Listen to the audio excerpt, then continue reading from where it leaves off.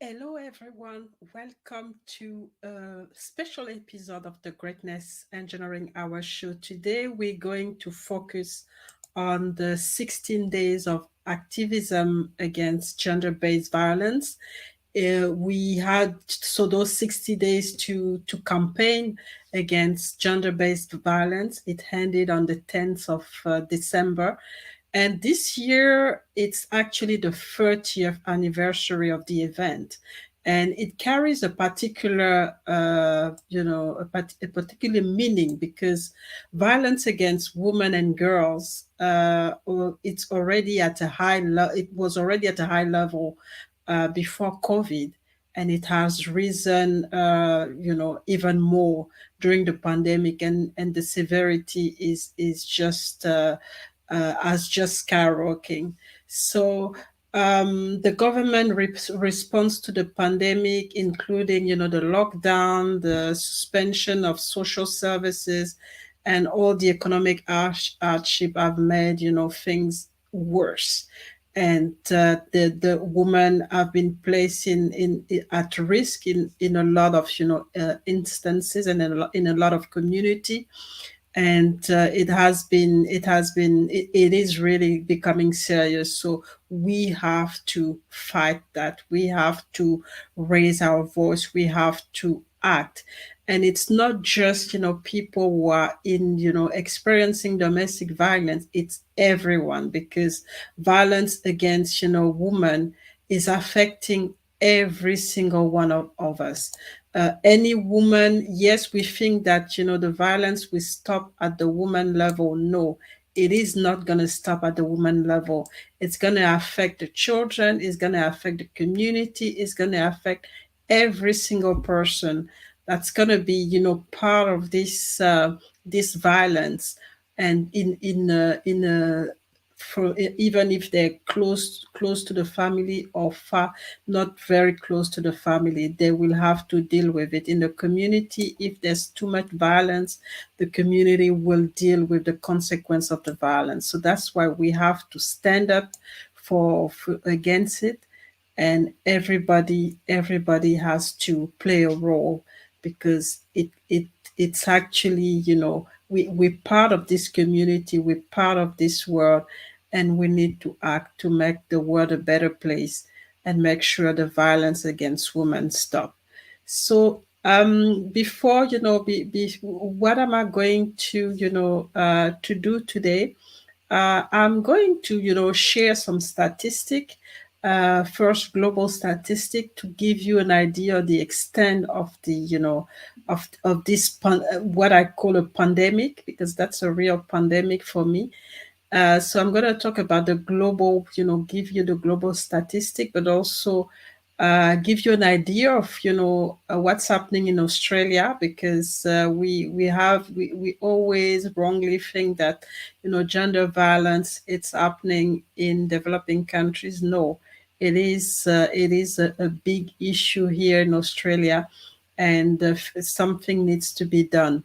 And after that, I really want to give you the perspective, how COVID has actually made things worse. So we're going to spend a little bit of time on that.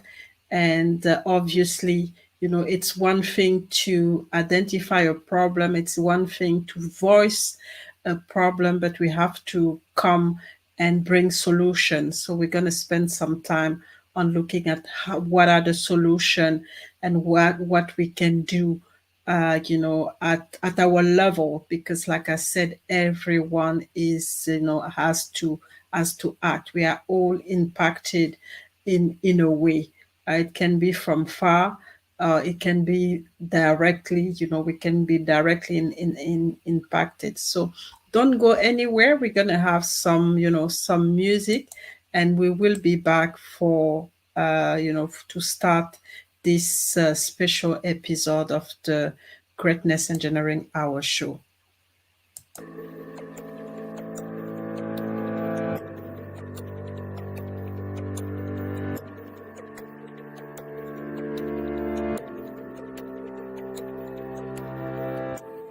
Stop killing us! Stop raping molesting us. Stop killing us. Stop killing us.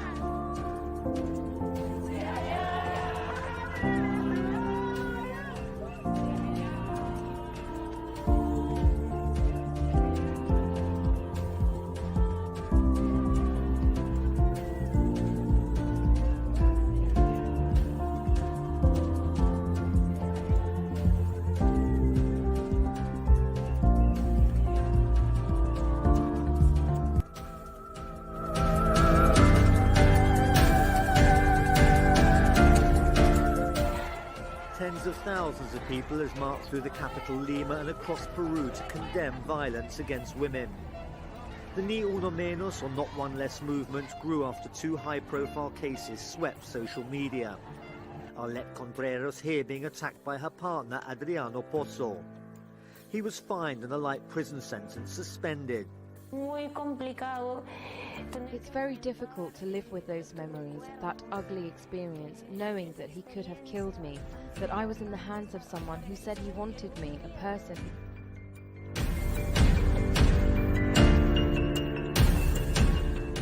Every 2 days, a woman in France is murdered. Most of them are killed by their partners or former partners. About 1/3 when they decide to separate.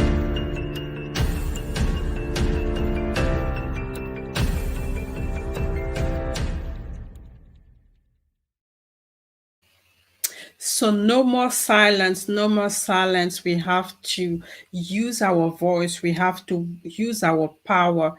Whatever we can do, wherever you are, do something about it. Because as you can see, as you could see from the video, this violence needs to stop. It's happening everywhere. It's happening in Africa. It's happening in Europe. It's happening in Latin America. It's happening in North America. It's happening here in Oceania. So let's make it, let's make gender-based violence, history. So just to make sure that we all understand what is gender-based violence. There are, some definition about it, and what I saw so far, because we tend to confuse, gender-based violence and domestic violence, but gender-based violence is actually the larger picture. Gender-based violence impacts anyone and can include intimate partners, family violence, elder abuse, sexual abuse, violence, stalking. So it actually encompasses physical assault, harassment, cyber violence, rape, and sexual violence. But when you talk about domestic violence, it's very specific. The domestic violence is encompasses both intimate partner violence and family violence. So it's in a way at a lesser level, if I can express myself that way.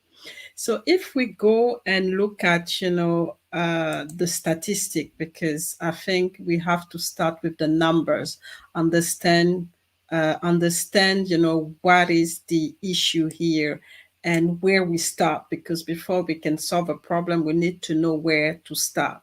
So let me share, I will share my screen. I have a presentation just to, okay, share the screen. So I can share a file as well.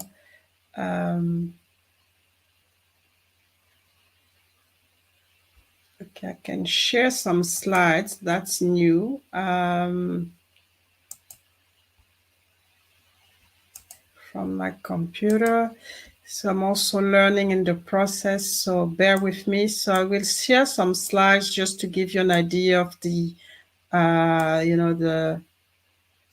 the numbers, because I think it's important that we get those numbers in front of us and really start to be to know exactly the extent of this problem, because I have the we have the impression that it's yes, we talk about it, but no action is actually taken to make sure that the numbers are going down, and that's that's really the issue here. So while I'm sorting out, the presentation, let me put another video so that you can also have, an idea of, what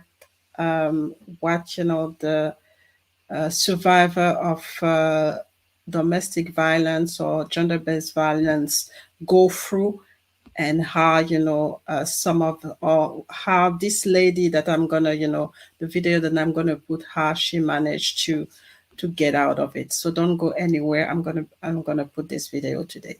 Who are you today?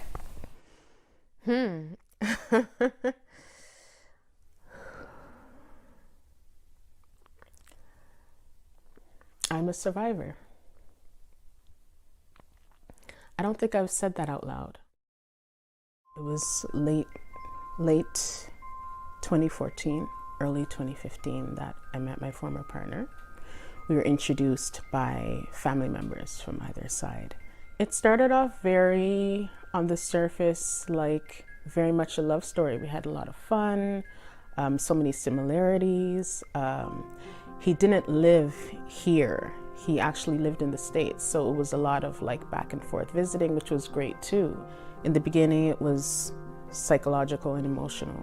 So I would say things like we'd get into a huge argument and then I'd just be like, it's too much for me. I don't want to be in the relationship anymore. And he would literally call my phone like 100 times in a row. 100, to dial somebody's number 100 times in a row is ridiculous. Over and over and over and over and over again. And I'd start to feel like, oh my God, like I'm such a monster, this poor guy, like he wants to work it out, this and that, whatever. So the emotional and the psychological was common, and that was like maybe like for the first 2 years. And so it didn't really feel like what I'd term as abuse. When he actually came here, moved here, that's when the physical started. And that's when I started to see like, this is crazy. I realized that it was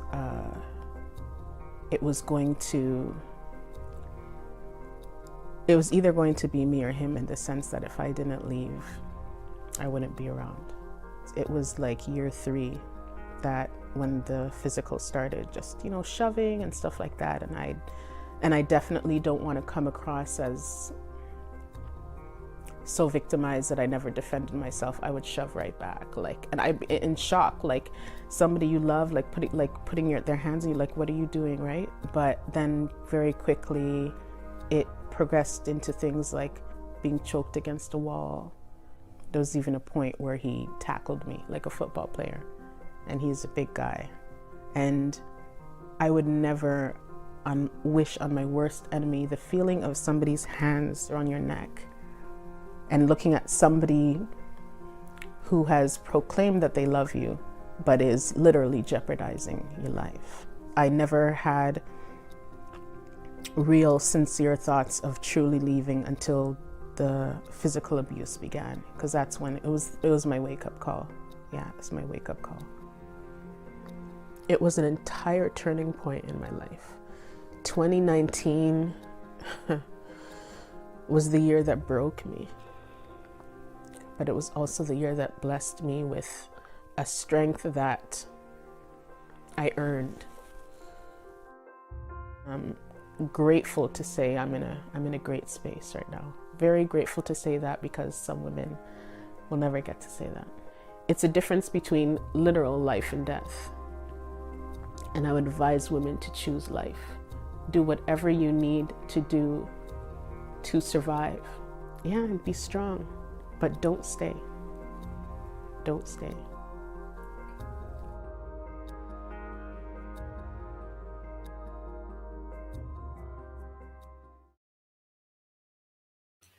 So choose life, don't stay. Yes, it can be, heartbreaking, and as you could see from this testimony, it is hard. It is hard. So we don't want, women to go through that. Whatever we can do, let's do it.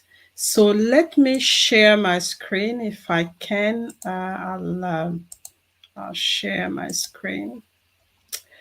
Okay, so just wanted to go through some statistic and just to to give you an idea of what the extent of gender-based violence and domestic violence. So as you can see here, 1 in 3 women, go throughout the world with experience physical and sexual violence by a partner, or sexual violence by a non-partner.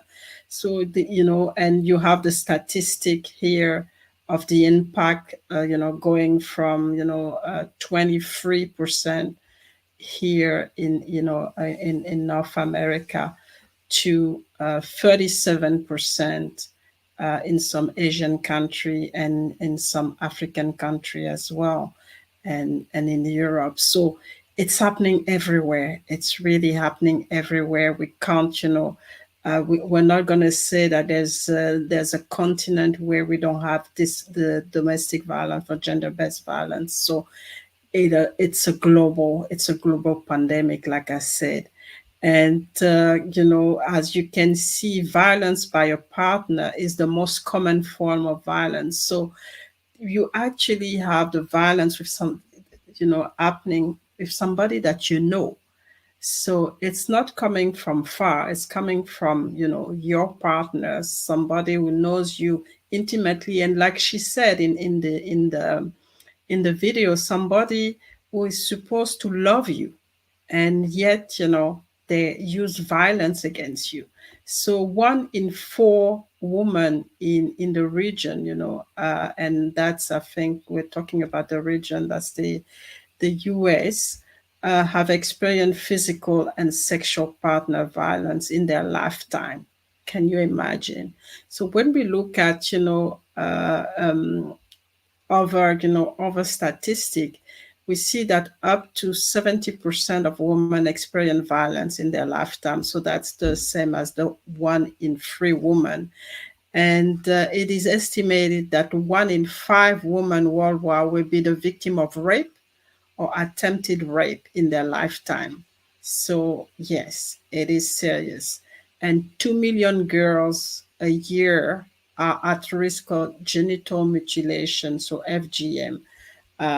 It is also a form of violence. So that's 2 million in a year of girls that's gonna, have to suffer and go through the, female genital mutilation. And the victim of violence are 83% more likely to experience correct pregnancy. So can you imagine being not only being victim of violence, but then have, a child, and be pregnant after that. So victims are 2.7 times more likely to seek abortion, and sometime in some country they don't give them they don't have this right, the right to get abortion, especially if they've been raped. And some of the rights that women had are being removed. For example, we see what's happening in the US, especially in Texas, where they remove this right for abortion. So this is again another layer of trauma that the woman will have to deal with. And what we see is that every year more than 400,000 women and girls are victims of human trafficking. That's another big one. And human trafficking is actually even worse, because it's $1 billion economy. People are making money from human trafficking, and those women are used as commodity. Can you imagine having human being used as commodity? And I hope that you watch the different shows that I've done last year. One of them was with Priyanka. She was trafficked when she was young, from India, and she lives now in the US. So she went through a lot of trauma trying to find a family, because there's actually a void, in a story. So she doesn't really know where she's coming from, and this void, she's trying to fill it, but it's not easy. And then you have globally women aged 15 to 44 are more at risk from rape and domestic violence than from, listen, from cancer, car accident, war, and malaria. So it is crazy. It is really crazy. If we look at another set of statistic, we've talked about the 70% of women who face physical or sexual violence in their lifetime, and globally up to 50% of sexual assault are committed against girls under 15. Under 15. This is crazy. And more than 64 million girls worldwide are being married. So they are child brides. So again, a lot of work to be done here to avoid those girls to go through the trauma of being married at a young age, and also having sexual intercourse with, at a very premature age with old and adults. So that's traumatic. And woman and girl represent 55% of the estimated 20.9 million victims of forced labor worldwide, and 98% of this estimated 4.5 million forced into sexual exploitation. So it's happening, next door. It's happening where we are. So why are we not acting? Why are we not, doing anything about it? And women in urban area are twice as likely as men to experience violence, particularly in developing countries. So it is, again, as you can see, the numbers are really, are really dramatic. It's we have to do something about it. It is happening at our doorstep, even if we're not in a situation, in a in domestic violence or gender based, environment. We are going to be impacted. It is at our at our door, and we can't let it, we can't let it come into our house or into our community, because if we don't stop it, if we don't do anything, that's what's going to happen. So if you look at, those are the number for, the women that are subjected to FGM, so female genital mutilation. As you can see, a lot of the country in Africa, and especially Muslim countries in Africa, are really, high, are still doing it. It's the numbers are very high. And then you have, um, and as you see, most of the country are either in Africa or in the Middle East, and some of them in Asia. So really, something that we really want to get rid of. And it is estimated that up to 30 million girls under the age of 15 remain at risk from FGM, and more than 130 million girls and women have undergone the procedure worldwide. So this is what's happening to our women. This is what's happening to our girls, and we really don't want to. We want it to stop, and all of us, we can take action wherever we are. It can be a small action, but added up to other action, it will make an impact. So just to look at, because I'm based in Australia, so just to give you an idea of what's happening in Australia. I mean, we don't see Australia here, but it is happening, and it is becoming serious. And one of actually the one of the case that actually pushed me to do all this work and get involved in, domestic violence was the death of her mom and her 3 children. She was burned alive by a companion, a partner.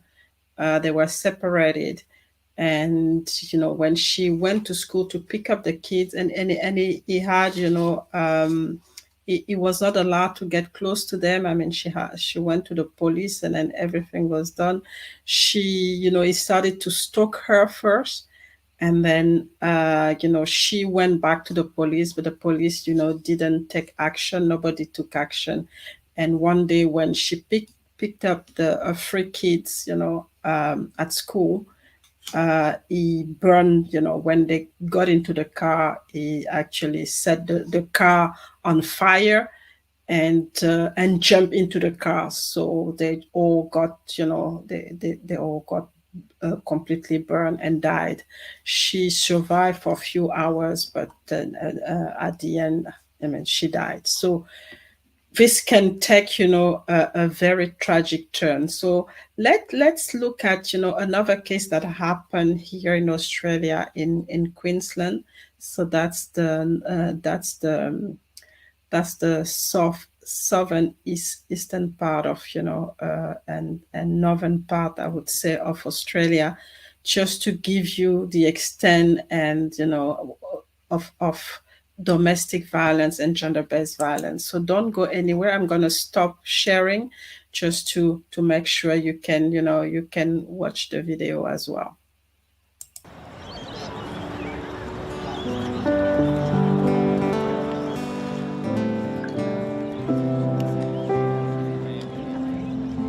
The brutal killing of Kelly Wilkinson has prompted a remarkable response across the nation.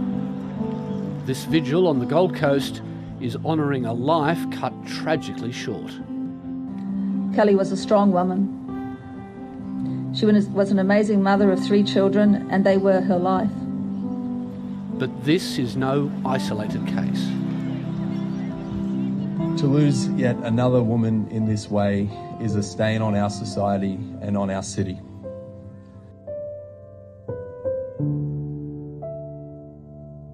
It's unexplainable. It's unacceptable, and no family should ever have to go through that. On meeting with Kelly's family last week, I felt... Kelly Wilkinson's family shared their private grief with a public demanding action. Her ability to get through what was happening. Her story has just touched people who have never met her or our family, and it's affected everybody. Kelly's sister Danielle Carroll and husband Reese struggle to understand why police couldn't protect a vulnerable mother of 3 pleading for help. towards those last few weeks, I know she was in contact with somebody daily and making statements nearly every second day, just going into the station. And I've just been saying to people, if I could paint a picture, she was just screaming and there's someone standing next to her just giving no response, basically. That's not how it's recorded with us, but I want to be open to the examination revealing just exactly what did occur. Kelly Wilkinson lived with her children in a Gold Coast suburb a short drive to the beach. She didn't tell her family about her strained relationship with the children's father, former US Marine Brian Earl Johnston, until shortly before her own mother's death 3 months ago. She thought, I need to step up and I need to tell people around me, because if something happens, nobody knows. And this was when, according to Kelly's family, the already troubled relationship began to spiral out of control. It's just been only a whirlwind of how many weeks? 6 weeks. It's just blown up into where we are now. Kelly Wilkinson became so concerned about her partner's behaviour that she went to local police stations on at least 2 occasions. Her statements resulted in Johnston being charged with serious offences. But police nonetheless released him on bail. And of course, now that in hindsight, and you look back, that certainly calls that into question. Now, we'll be having a good hard look at that. Assistant Commissioner Brian Codd is overseeing an internal review of Kelly Wilkinson's dealings with police in the weeks leading up to her death. He explains that although Johnston was released on bail, he was still subject to a police protection order. I think the system has let her down and failed her, because she came to us seeking assistance, and we did provide her assistance, and we immediately responded to her needs and immediately implemented a police protection notice. Kelly Wilkinson's family says that wasn't enough. I mean, if their hands were tied as far as him, why was there no safeguard for her? You know, she was never offered a safe house. She was never offered some sort of security. She was basically just left to fend on her own. Little more than a week later, Kelly Wilkinson was dead. Police allege Johnston set her on fire. It's a story that's painfully familiar. It really brought back a lot of memories, and I actually had a vertigo attack on Tuesday night, which I have when I get stressed. Kelly's violent death has tragic parallels with that of Hannah Clark. The Brisbane mother and her 3 children were set alight and killed by Hannah's estranged husband just over a year ago. Hannah Clark's parents are calling for laws criminalising coercive control and public awareness campaigns about the signs of an abusive relationship. Hannah didn't realise it was wrong. She kept saying, "He's never hit me, Mum." And I did say to her, "It's not right, though, the way he's treating you." But, you know, she didn't realise that that was a form of domestic violence, as we didn't, and we didn't know there was a name for it. We just knew he wasn't treating her correctly. The ruining of the potential of lives that might not manifest itself even in serious physical violence, of controlling behaviours, of the power that's inflicted by one human on another over decades, is also something we can't ignore. Despite their criticism of police, Danielle and Reece Carroll admit they too didn't really understand what was happening in Kelly's relationship until her final 6 weeks. The sad thing about it is that she was such a strong person, and she didn't want the shame attached to her name, and she really hid a lot of it from the whole family for a long, long time. However, as we all know, the unthinkable happened that morning, and Hannah Clark... The Queensland Government earlier this year set up a task force to investigate coercive control laws. Domestic violence advocates concede it's a complex issue, but one that needs urgent attention. The introduction of coercive control legislation is paramount in this situation and ongoing, to give police the ability to respond appropriately to the things that Kelly in particular was experiencing, and we know that hundreds of women are experiencing every day.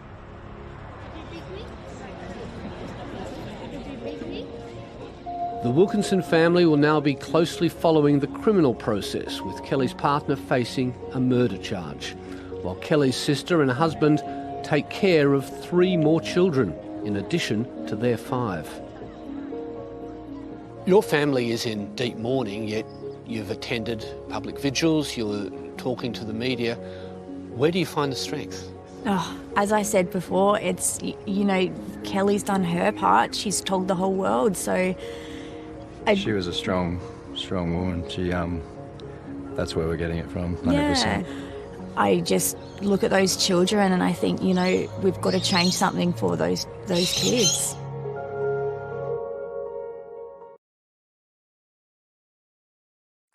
Hi, I'm Lee Sales. Thanks for watching this story. If you'd like to watch more of 730's stories, they are on the left of your screen.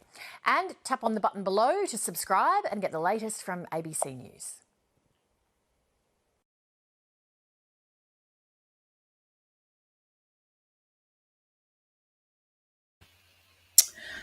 Wow, it is heartbreaking to see, you know, and we really don't want those cases to become, you know, our daily, you know, our daily life. It's difficult. It's difficult when you see a mom leaving her children behind, and the way she was killed, set alight.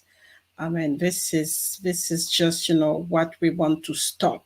It has to stop, and it is just getting out of control. Just to back up, what we've just seen, I'm gonna share again my screen just to give you the statistic for Australia. So just to give you an idea of how serious domestic violence and gender-based violence is here in Australia, you can see that the Australian police respond to a domestic violence call every 2 minutes, and 1 in 3 women have experienced physical and violence since the age of 15, and which is close to the global study, that number that I was sharing earlier. And 1 woman on average is murdered by a current or former partner each week. Each week. Can you imagine? 68% of mothers who had children in their care when they experienced violence from their previous partner said their children had seen or heard the violence. And we know the impact with, you've watched, I hope, the episode that I had with Sherman Carter, and also with Dr. Selena, to see, the extent to which the children can be affected when they are, they are in a domestic violent environment, in a violent environment. From, in 2015 to 2014 to 2015, Indigenous women were 32 times more likely to be hospitalized due to family violence than non-Indigenous women. So the Indigenous community, it is, the numbers are actually higher in that community, and this need to be addressed as well. And then there's a growing evidence that women with disability are more likely to experience violence. So it's everyone from, even people who are already disabled also, have, are the victims here. And 1 in 6 women have experienced physical or sexual violence by a current or former partner. And generally, it takes a woman 7 attempts to leave before she leaves for good. So it is a difficult decision for women to leave, and it's important not to judge them, to give them the space to have the courage to leave. And we're going to talk about it later, when we talk about how to manage, people who are in domestic violence, when if we want to help them. So, and Aboriginal and Torres Strait Islander women reported experiencing violence in the previous 12 months at 3.1 times the rate of non-Indigenous women. And family and domestic violence is the leading cause of homelessness for women and their children. So as a result of, domestic violence, when women choose to leave, a lot of them end up, homeless, without money and without any shelter, available for them and their children. So it is affecting the community. Something that is starting in the family, in the as an impact, and you can see the impact. You have women who are homeless with children. It is at the end impacting the community. It's impacting everyone, because we have to take care of those women at some point and address the problem of homelessness. So those are the number for Australia. And as you can see, it is not a pretty picture. So something needs to be done. I talked at the beginning as well about COVID, how COVID has affected are affected, the numbers that are already so bad and very, and dramatic, how COVID has, made things worse because of the different measures that were taken, put a lockdown and not, closing everything, all the center where women could actually get refuge, but they got locked down with their perpetrators, and they, in those instances it was very difficult to get out of it. So a lot of violence and a lot of a lot of things to do to get them back now to normal. So just I'm gonna share again another video, and then we're gonna look at more on what had happened from when before COVID, and then what is the result now after COVID. So don't go anywhere. We'll be back in few minutes.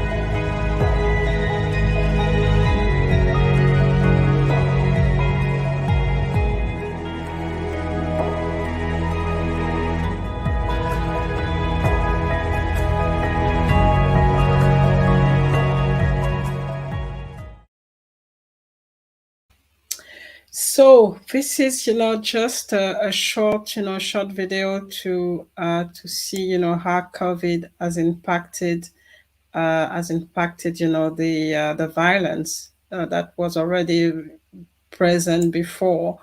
It didn't help. So as you could see from this little documentary, it didn't help, and it was very difficult to see.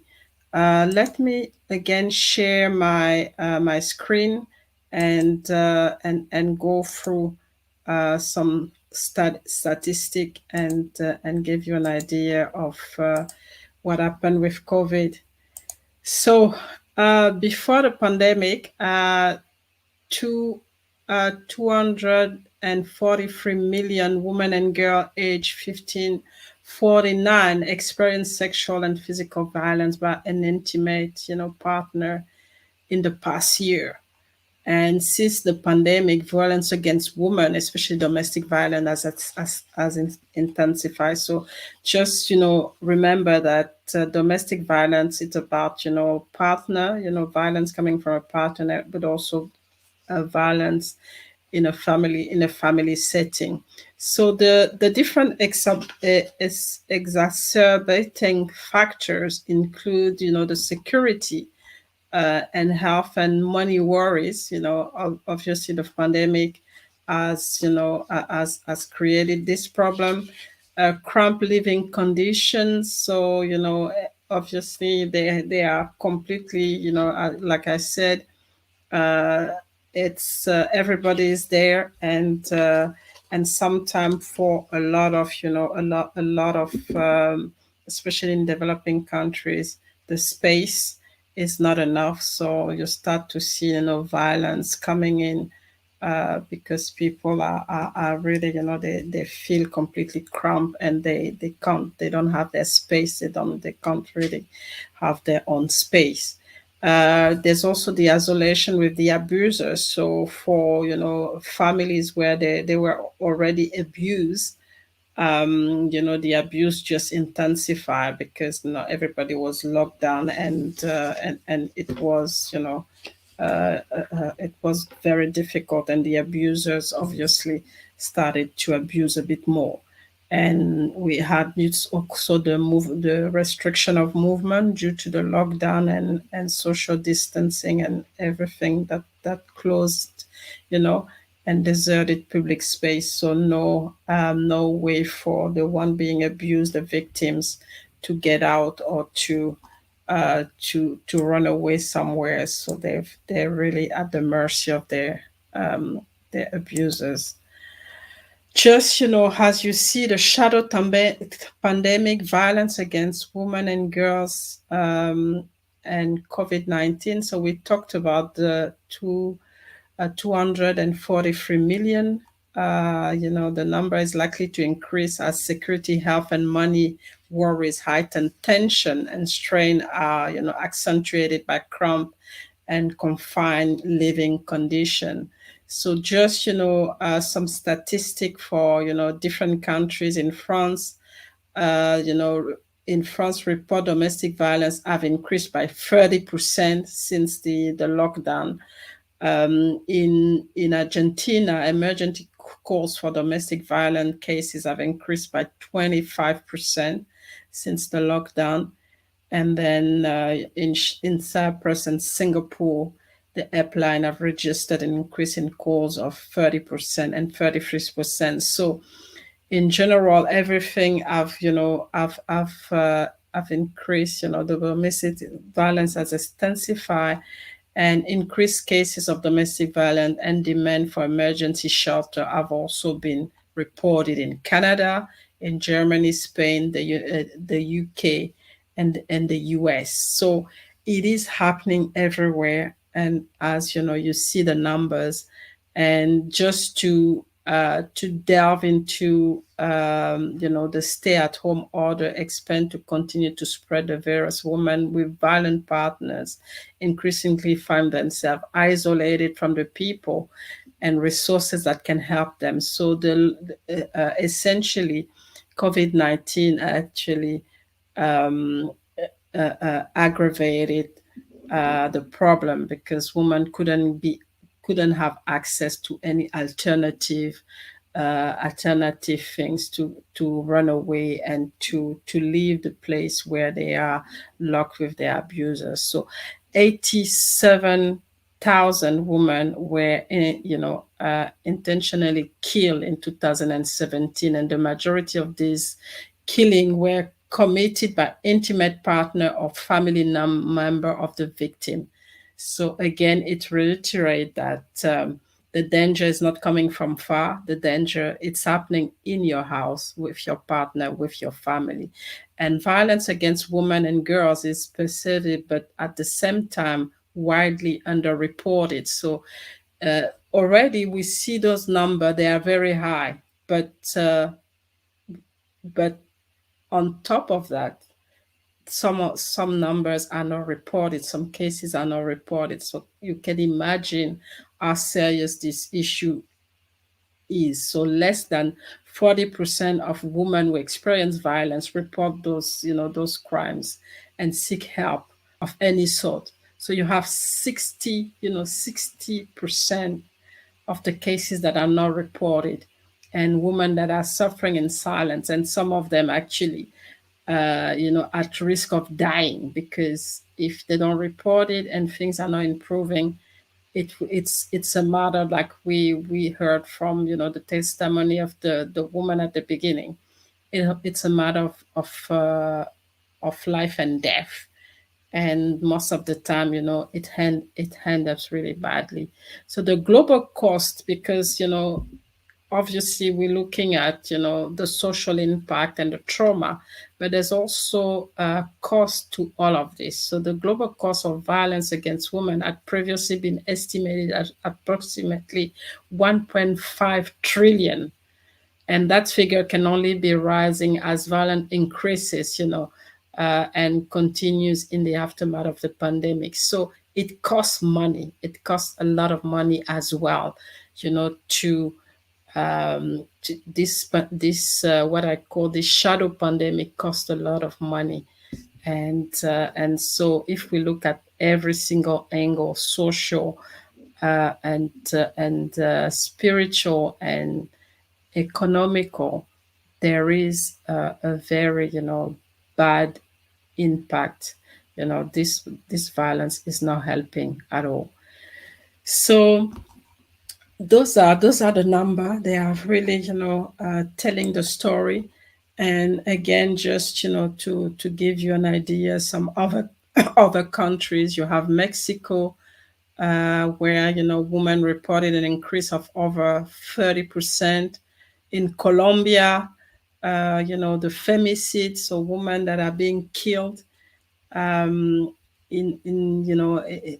were 12 femicide in a period of 16 days, and it's probably intensified since then. And 51% in case of family violence against women was recorded.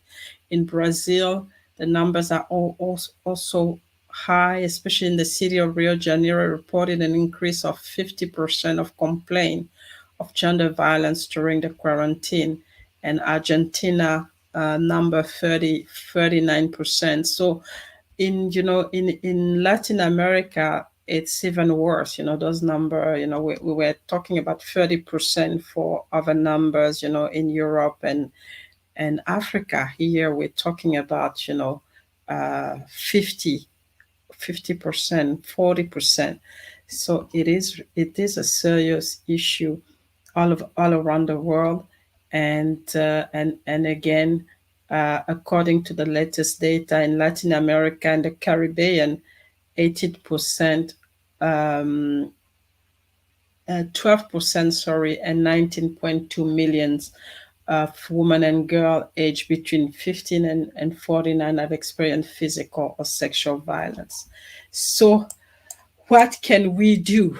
And it's not always, it's one thing to identify the problem, but what is the solution?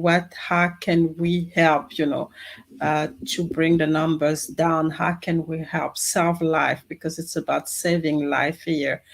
So that's really, where the problem, where we are stuck here. I think people are trying, especially women. We're using our voices. We're doing campaign, but it looks like it's not enough. We need to do more. We need to get to more organized and give it a priority. So before we get into the solution, let me just again put a video. Just have a short. Let's have a short break, and let's come back, because I think we need to digest those numbers. It's really dramatic to when I started to delve into doing this my research and delve into the number. I was really, really sad to see how the numbers are actually high, very high, and how many women. And those are the numbers, like I said, those are the cases that we know. And we know now that 60% of the women are not reporting. So what's going to happen to those women? Are they going to stay alive? So that's a big question. But for now, let's have a break, and let's come back for the last part, because if we, the last part, which is about, bringing solution and really having, a plan of action to be able to help, those numbers go down. So don't go anywhere. We'll be back soon.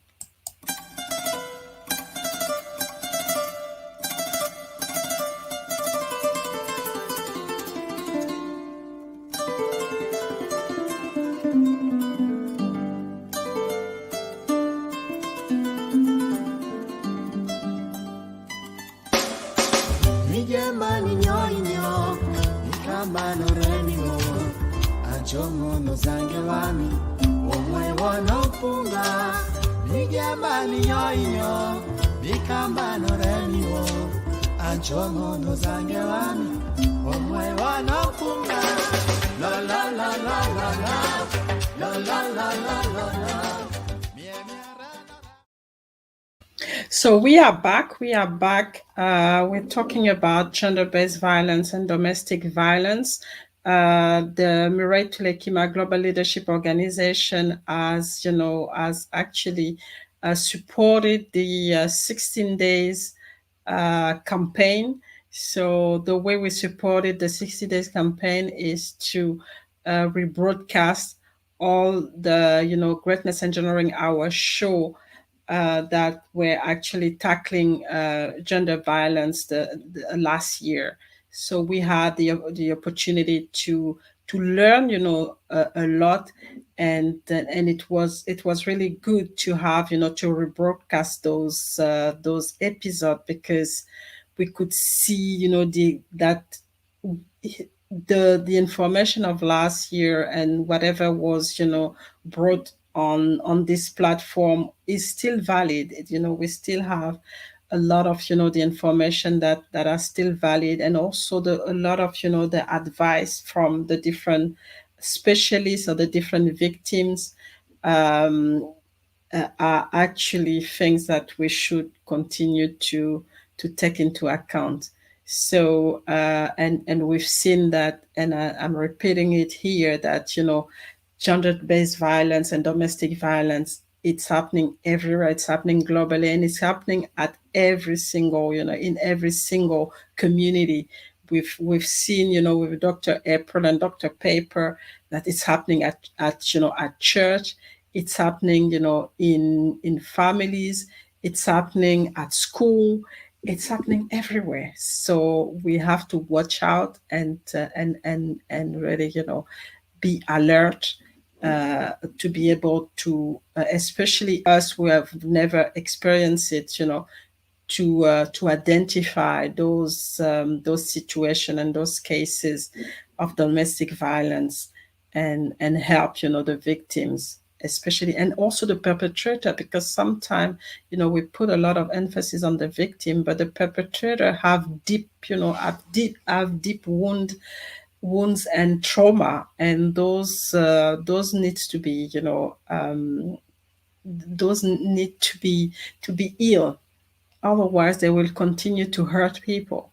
So it's important to have, a joint way of, looking at this issue, because I have the impression that, we talk a lot about the women that are being abused, but at the end of the day, they're not the one abusing. The abuser needs to be, we need to see how we can stop those abusers to hurt people, because they are the one hurting people. So we need to do something about it.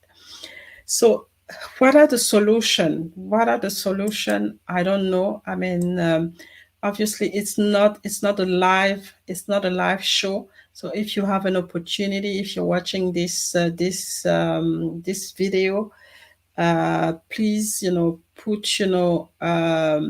if you have, something that you want to propose, or any insight that you want to us to take into consideration, please put it in the comment area, and we will address them when we can. So there are a few things that needs to be done. So the government has to be involved. We've seen the law enforcement has to be done. Everybody has to be trained, in accordance, because at the end of the day, it is the whole, like I said, everybody is impacted. And then we've seen in the documentary, the Australian documentary, how the community came together after this tragic loss of this lady. So it's important that the community get educated. It's important that even the children get educated, so that they understand. We need, the government to be involved. We need the specialists to be involved. We need all the different experts to be involved. We need the educators to be involved. We need the families to be involved. And so it's something that is going to be tackled at multi-level. It's not going to be just one side. We need, people that are going to educate those abusers and help them to get to, to get to heal their wounds and get to change, change their mindset and change their way of seeing things and change their way of reacting, because it is creating, an unsafe world, because as we know, people that are being abused get a trauma, and most of them tend to do the same thing after that. So it becomes like a generational curse, and that we can't stop, and it starts to affect everyone and everybody in the community. So to help a person experiencing abuse, what I've seen so far, what from what I've retrieved so far from my research, is that you have to start by believing the person that is being abused, because what's happening sometimes, we don't actually believe them, or we don't take them seriously and listen without judging them or giving advice. I think sometimes it's just the best way is just to listen and say nothing, because we don't know how it's going to affect the person. So start believing what they're saying, and listen to them without judging them or giving them advice. The second way of helping them, it's a way of helping them, it's to not pressure them. um, the Not pressure the person being abused to break up with the abusive partner, because we've seen sometimes it actually create a more unsafe environment when we put the pressure on the person that is being abused. They get nervous, and sometimes they do it, and they might actually do it but not being prepared. So the way the people that are abused, before they leave, they have to be prepared. There's a preparation phase for that, so we shouldn't pressure them. They'll find the right time when they're ready. They will leave. So this may, because otherwise you put the person that are being abused in more danger. I've seen that, some of the cases, I've looked at some of the cases where some of the women wanted to leave based on advice from other people, and it ended up really, really badly. So, and do not put do not judge the abuser as well. Do not put the abusive partner down. This may actually make the person being abused, reluctant to speak with you again. So don't judge. Don't judge the person that is being abused.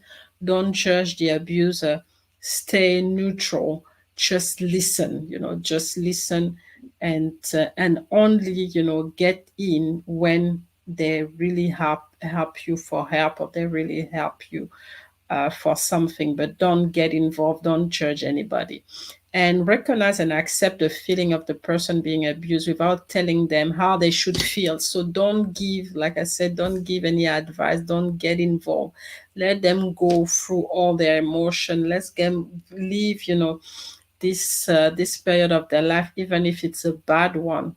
Let them go through, and let them come back to. It's like when you are a coach, you don't tell them to do something, you just give them the tools so that they can take the decision themselves. And avoid victim blaming statements such as, why do you stay with them, how could you love someone like that, why do you let them treat you like that. By using this type of language, you're actually pushing the person that is abused more, toward the abuser, because they don't want to be judged. They don't want to look, stupid. They don't want to look down. They don't want to look.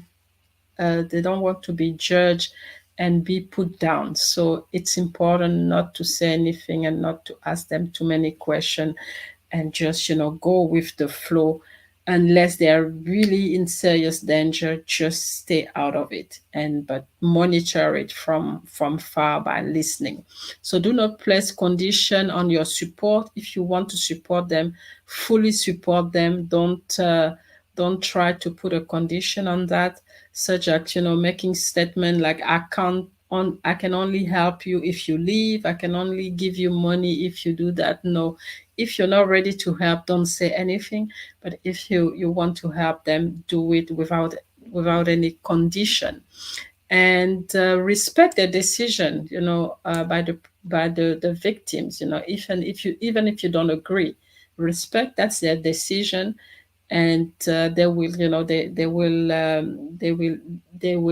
address anything that is going to happen after they're taking this decision. So don't and it's this in the same trend, don't judge them or don't give them any advice, because it's not you living this being in that situation. It's them, so they have to take the right decision. You can coach them to give them the tools, but you can't take their place and substitute yourself for them. So encourage the person experiencing it to get help when they are ready. So you can talk to them by saying, if they need help, this is where they can go. So give them all the information, all the phone numbers where they should go.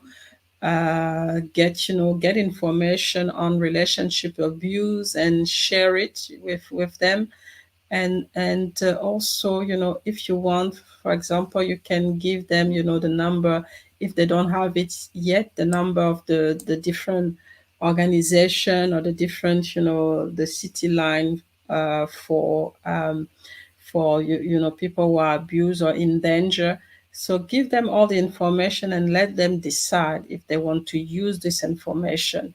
And that's really what you can do. But then if there's a very serious situation, and then you see you come to them when they're being abused, then call the emergency number. I mean, and let them deal, or call a specialist so that they come and deal with it. Just stay there in case there's really a serious problem, but don't get involved. Make sure the specialists are the one coming. So that's I think those are the key thing I wanted to share. But obviously, I'm not a specialist. I'm not an expert. I'm just I've just somebody who's been touched by Anna Clark. You've heard in the documentary how she died. I was really shocked, and just decided to understand a little bit more what domestic violence is, and how someone can take such an action, burning his wife and burning his own children, because burning his wife is one thing, but burning his own children to death.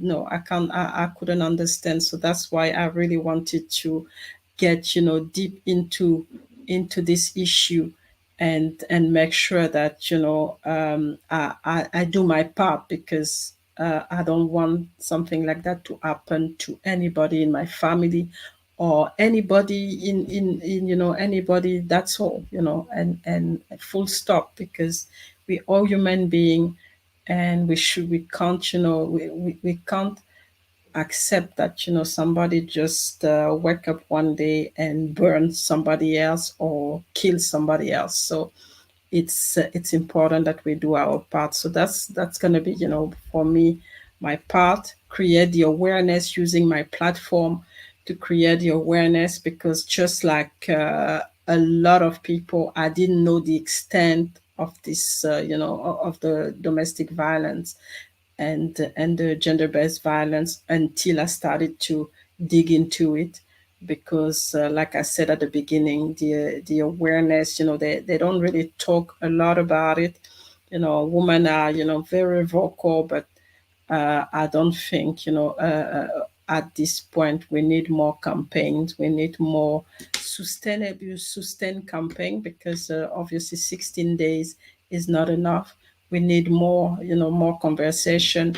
And as I said, we need to address, the perpetrators as well. We need to have them as part of the solution to be able to make it sustainable, because they obviously have a problem. So we need to go deep and understand what are their problem, create the different platform for them also to open up and start to heal, start to the healing process, so that we can make the world safer, because in doing so we're making the world safer.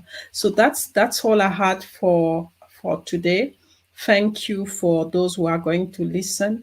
And please, if you have any question or any comment, you can reach out to me, or you can just put, anything in the comment box, and I will address it when I can. So thank you very much again for your presence. And I will be back next week for another episode, for a new episode of the Greatness Engineering Hour show. But today was a very special one, a special that I wanted to really do, because like you could see, I'll delve a little bit more into the domestic violence, statistic and numbers, just to understand the extent of it. And I'm really, it's really important to, I really understood that it is not an issue that is, that is going to be handled just by a few individual of the people that are affected. Everyone has a role to play, and to end this violence against women and girls, and it has to happen now. We have, the adjustment to the justice sector, which needs to happen, because I think that's also an area where, things are still lenient. The communication campaign, we have to use our different platform, our medias, use the media, use the social media, and anything, call for, do workshops and all type of things to create the awareness, and have, all the, increase, the number of resources. We can create campaigns. We don't have to wait for, the 25th of November to do anything. We can start something. We can initiate something. We can innovate, in our support.